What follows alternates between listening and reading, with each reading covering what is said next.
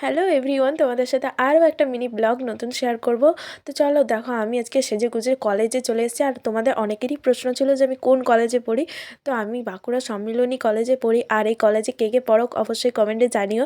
আর কী বলে, দেখো আজকে কলেজে আমাদের ছিল নবীনবরণ।